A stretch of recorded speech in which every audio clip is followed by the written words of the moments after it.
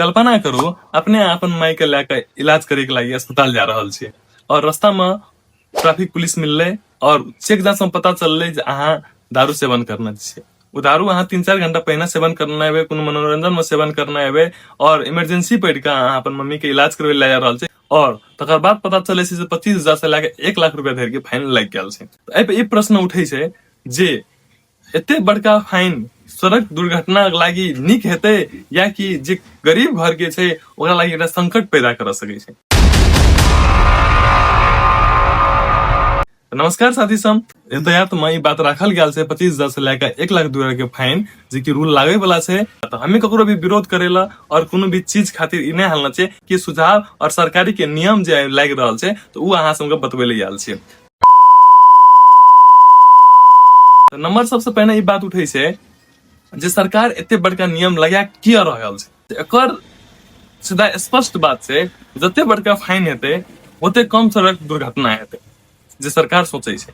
तो एहि में सबसे बेसी सड़क दुर्घटना है में कथी चीज के कारण हो सके छे। तो सबसे बेसी भए रहल छे दारू पी के गाड़ी चलाना, तकर बाद लापरवाही करना, तकर बाद ट्रैफिक रूल के उल्लंघन करना। एहन चीज सब करे के बाद की जे बहुत सड़क दुर्घटना भए रहल छे।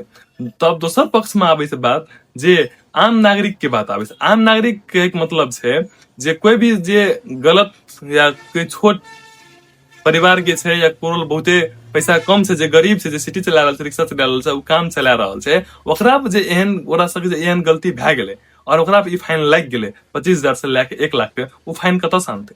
उ अपन घर चलाते कि फाइन भरते? अपन बच्चा पढ़ाते कि कर्ज लेते? तखनी ई बात उखड़े छे। एहि में सरकार के रूल के कारण से कते लोग जे नहीं भर सकते फाइन तो उ की करते? अपन आत्महत्या करते, जे कि एक आत्महत्या गणेश नेपाली के अहाँ सब देख लेलिए।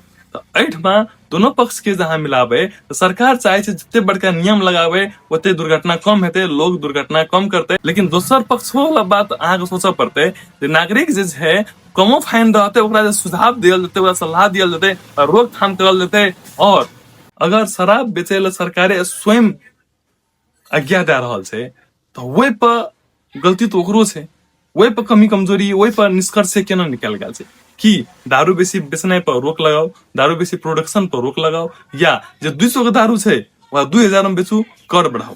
जकरा पैसा छे उ पीते, जकरा नहीं छे उ नहीं पीते। ऐसे की हेते?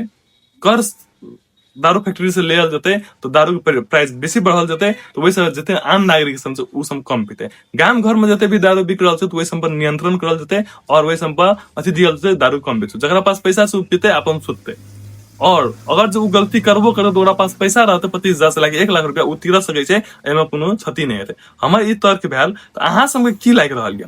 ई रूल निक छे कि नहीं निक छे? और अहाँ सब ई वीडियो शेयर करू सब ला और सब आदमी की बात बुझाओ। और तकर बाद अहाँ सबके जे तर्क लागि रहल ये कि सही से गलत छे, यहाँ कमेंट में लिखू। मिले छै दोसर वीडियो में। धन्यवाद।